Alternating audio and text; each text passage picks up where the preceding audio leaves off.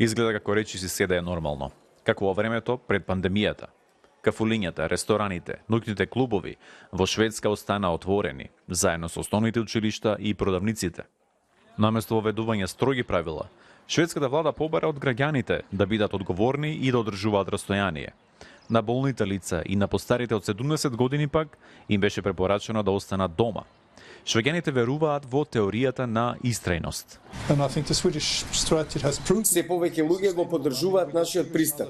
Тешко е да се стопира затварањето. Такви сигнали добиваме од другите земји. Но дали успева? Стапката на смртност во Шведска во моментов е највисока во Европа. Кај соседите е поинаку. Данска, например, имаше друг пристап. Бргу воведе строги мерки. Презедоа мерки против епидемијата, направија многу повеќе тестирања од Шведска. Речиси половина од смртните случаи во Шведска се во старечките домови. Роднини на починатите оставија пораки дека нивните блиски починале без да им се пружи помош. Не знам зошто не ги затворија границите за да не заштитат од епидемијата.